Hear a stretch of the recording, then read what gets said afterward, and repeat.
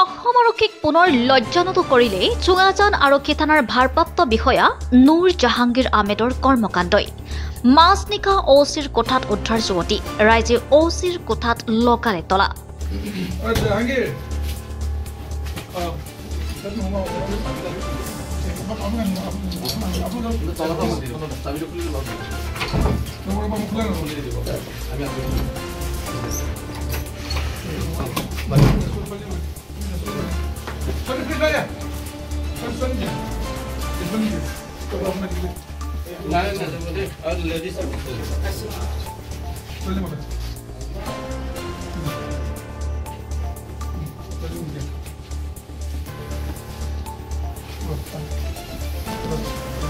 গোলাঘাট জিলাৰ চুঙাজান আৰক্ষী থানাত নিশা উত্তপ্ত পৰিস্থিতি। চুঙাজান আৰক্ষী থানাৰ ভাৰপ্ৰাপ্ত বিষয়া নুৰ জাহাংগীৰ আহমেদে থানা চৌহদত থকা কোঠাত নিশা এগৰাকী যুৱতী লৈ থকাৰ খবৰ পোৱাৰ পিছতে উত্তপ্ত হৈ পৰে থানা চৌহদ। আৰু এই খবৰ বিয়পি পৰাৰ লগে লগে স্থানীয় ৰাইজে থানা ঘেৰাও কৰি অ'চি জাহাংগীৰৰ কোঠা তলা মাৰি আৰক্ষীৰ শীৰ্ষ বিষয়াক খবৰ দিয়ে।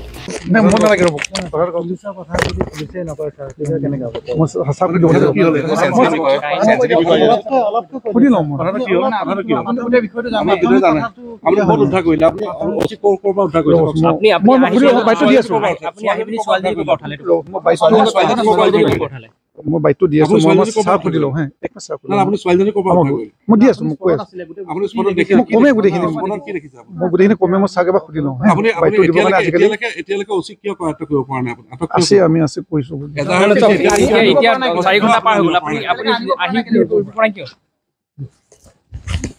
সব আমি বহুত দিনৰ পৰা আমি গম পাই আহিছিলোঁ চুঙাজানৰ ভাৰপ্ৰাপ্ত অ'চি নুৰ জাহাংগীৰ আহমেদে চুঙাজানত মানে ৰাতি ৰাতি ছোৱালী আনি তেওঁ নিজৰ তৃপ্তিৰ কাৰণে তেওঁ থাকে আনি ৰাখে। আজি তেওঁক আমি হাতেলোতে আমাৰ কেইবাটাও সংগঠনে আজি আমি ধৰিছোঁ। আমি গোপন এটা খবৰত আমি গম পাইছিলোঁ তেখেতে এনেকৈ ধৰণে সৰু পথাৰত যেতিয়া আছিল তেখেতে সৰু পথাৰতো এনেকুৱা ধৰণৰ এটা কাম কৰি তেখেতে ছাছপেনশ্যন হৈছিলে। কিন্তু চুঙাজানলৈ আহিলে অ'চি হিচাপে ইয়াতো একেটাই কাণ্ড, তেখেতে ৰাতি ৰাতি ছোৱালী সোমোৱাই তেওঁলোকে এই আজি আপোনালোকে যিটো দেখিলে সেই সেনেকুৱা ধৰণৰ কামবিলাক কৰি থাকে। গতিকে আমাৰ স্পষ্ট চুঙাজানবাসী হিচাপে স্পষ্ট এটা কথা যে এই অ'চিজনক অতি শীঘ্ৰে ছাছপেনশ্যন নহয় চাকৰিৰ পৰা নিলম্বন কৰিব লাগে। যিজন অ'চিয়ে যিখন চৰকাৰে নাৰী সুৰক্ষাৰ ওপৰত চৰকাৰে পদক্ষেপ লৈছে সেই চৰকাৰৰ বিষয়ববীয়া আজি অ'চিয়ে আজি নাৰীক ক'ত সুৰক্ষা দি ৰাখিছে। যিহেতু নুৰ জাহাংগীৰ এজন বিবাহিত পুৰুষ, তেওঁৰ পত্নী আছে, আজি পত্নী থকাৰ অৱস্থাত আৰু এগৰাকী মহিলা আনি তেওঁ ৰুমৰ ভিতৰত সোমোৱাই ৰাখিছে। আৰু আমাৰ ল'ৰাবিলাকে ৰাইজে আজি তেওঁক তলা আবদ্ধ কৰি SDPO অহাৰ পিছত চাবি খোলা হৈছে। গতিকে এইটো এটা ছোৱালীজনী ৰুমৰ তেখেতৰ ৰুমৰ পৰা ওলাইছে। এইটো OC room, Noor Jahangir OC room. গতিকে এটা সাংঘাতিক ধৰণৰ এনেকুৱাবিলাক কাম তেওঁ আমাক কোৱা মতে তেওঁ গুৱাহাটীৰ পৰা আহিছে।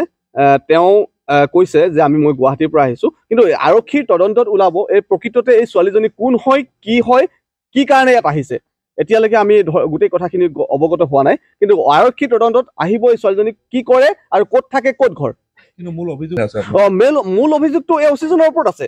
যিহেতু এজন অ'চি হৈ পিনি এখন থানাৰ ভাৰপ্ৰাপ্ত অ'চি হৈ পিনি আজি তেওঁৰ ৰুমত নাৰীৰ সুৰক্ষা নহয়, আজি নাৰীক তেওঁ যিটো ধৰণে ব্যৱহাৰ কৰিছে তেওঁ সুৰক্ষিত, আজি নাৰী সমাজ সুৰক্ষিত নহয়।